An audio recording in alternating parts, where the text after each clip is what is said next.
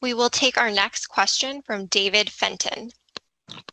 Yes. In addition to the unfortunate climate catastrophe, there's also a democracy catastrophe happening in Pakistan.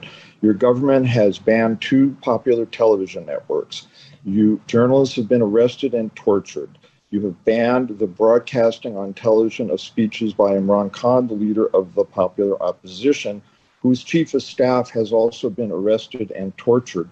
This government of yours, 14 members of the cabinet are under indictment for corruption, as well as your prime minister. So my question is, as someone who supports human rights and democracy, how can you be part of this attack on the media, democracy, and human rights? And why should we support it? Thank you so much. Pakistan's struggle for democracy did not start a few months ago when Mr. Khan lost power. Mr. Khan. Mr. Imran, Mr. Khan. But I guess the questioner is saying, what will you do to reverse all of this? This is where I'm coming to explain it. Don't worry. Mr. Khan. Mr. Khan. Mr. Khan.